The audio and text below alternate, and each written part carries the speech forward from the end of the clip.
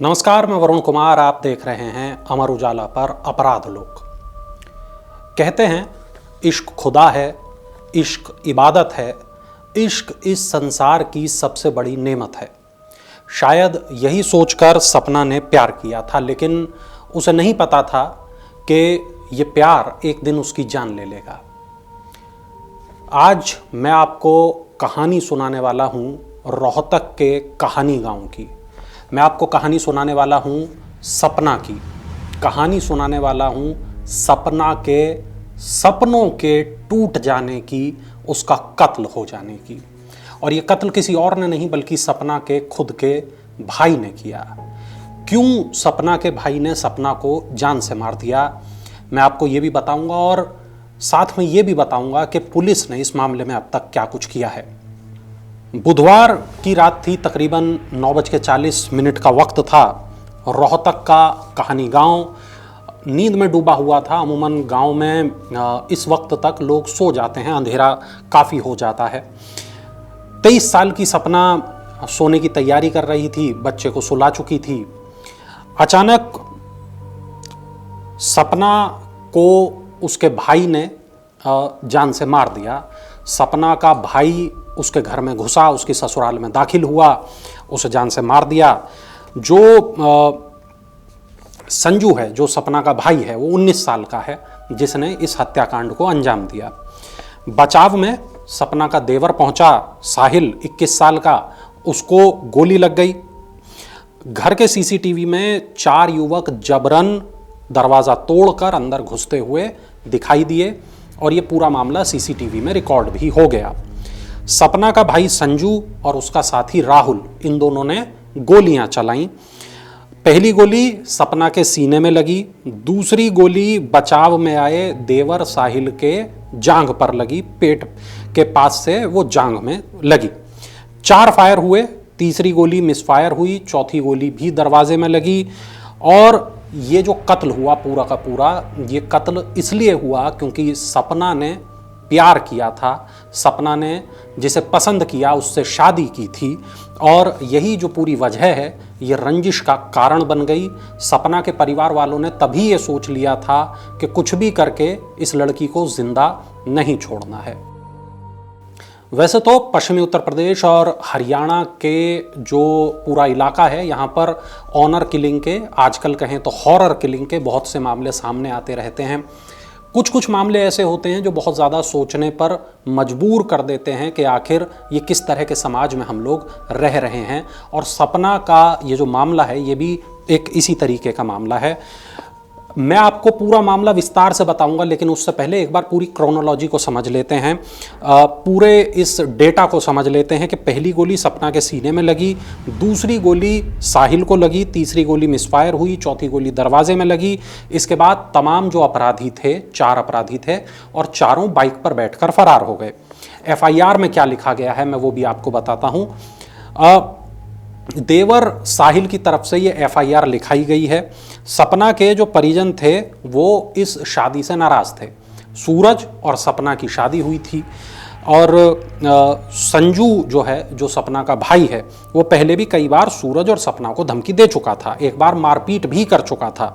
और इसी रंजिश में 4 युवक बुधवार की रात तकरीबन 9:40 पर सपना के घर पहुंचे। उन्होंने दरवाज़ा तोड़ा, वो भीतर दाखिल हुए, उन्होंने सपना को गोली मारी। जो बचाने के लिए जब देवर साहिल वहां पर पहुंचा उसको गोली मारी। इसके बाद वो पूरे परिवार को ख़त्म करना चाहते थे, लेकिन ऐसा कर नहीं पाए। साहिल ने विरोध किया, साहिल ने लड़ाई करने की कोशिश की, और इसी बीच में जब उन्हें लगा कि ठीक है सपना को तो गोली लग गई, और वो वहाँ से भाग गए मोटरसाइकिलों पर बैठकर।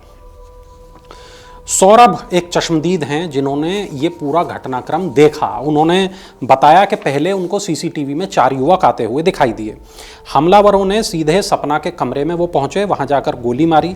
साहिल ने डंडे से हमला किया, रोकने की कोशिश की। एक आरोपी ने नीचे झुका और उसने गोली मार दी जो साहिल को लग गई। इसके बाद हमलावर दूसरी गोली चलाने वाले थे, लेकिन पिस्टल चल नहीं पाई। उन्होंने साहिल को अंदर खींचकर दरवाज़ा बंद कर लिया। हमलावरों ने दरवाज़ा तोड़ने की कोशिश की, गोली चलाई।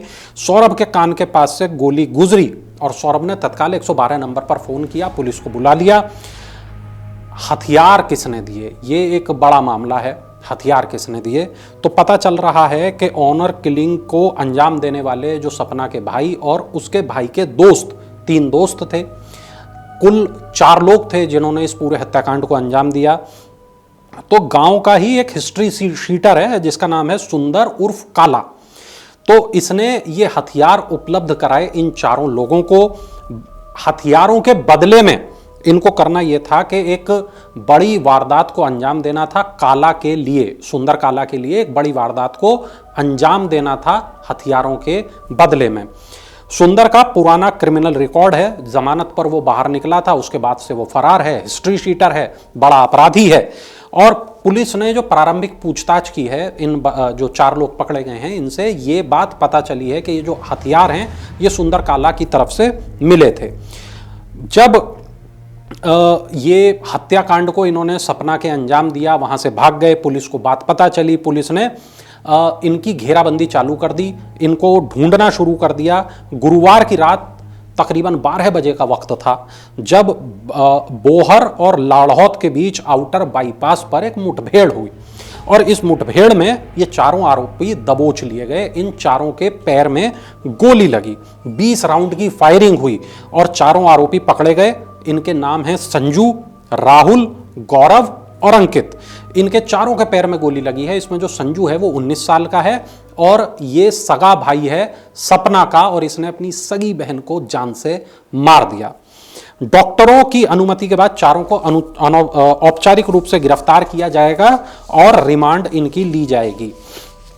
अच्छा, पुलिस ने जो इनसे पूछताछ की तो उसमें एक और बात पता चली कि इन्होंने मार दिया था सपना को और अब ये मारना चाहते थे सूरज को जो सपना का पति है और उसको उसकी हत्या की फिराक में ये घूम रहे थे। इसी बीच पुलिस को इनकी लोकेशन पता चली, पुलिस लोकेशन पे पहुंची, पुलिस ने इनको ललकारा, इन्होंने फायरिंग की, पुलिस ने जवाबी कार्रवाई की और इसमें इन चारों के पैर में गोली लगी, चारों को पकड़ लिया गया।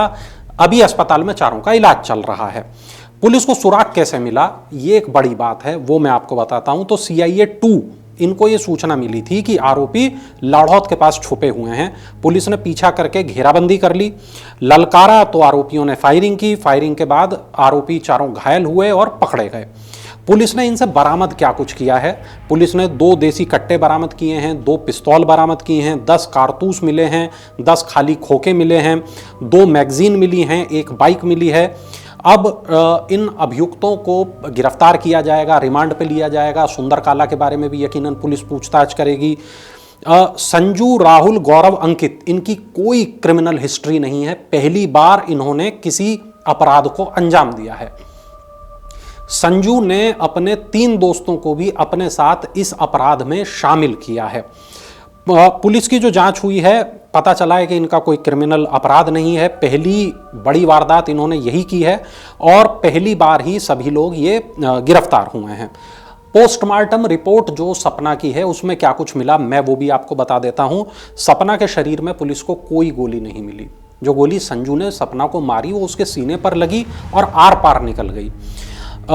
सपना को जो गोली लगी वो जैसा मैंने बताया आर पार निकल गई और इसकी वजह से उसके शरीर में तो कोई गोली नहीं मिली, लेकिन मृत्यु का जो कारण है वो गोली का लगना ही पोस्टमार्टम रिपोर्ट में आया है। गहरी चोट लगी, उसके सीने के आर पार ये गोली निकल गई थी।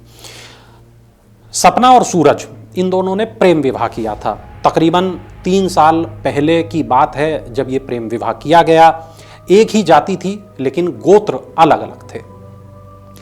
मैं आपको अभी यही बता रहा था कि जो पश्चिमी यूपी का इलाका है, जो हरियाणा का इलाका है, यहाँ पे अक्सर हॉरर किलिंग की वारदात तो सामने आती है लेकिन कोई कोई खबर उस तरह की होती है जहाँ पर नज़र अटक जाती है। यहाँ पर नज़र अटक गई, वजह क्योंकि दोनों की जाति एक है, केवल गोत्र अलग हैं। उसके बावजूद सपना के परिवार वालों ने इतनी रंजिश रखी सूरज से, सूरज के परिवार से, सपना से जो उनकी अपनी सगी बहन, सगी बेटी है, उसको मार दिया।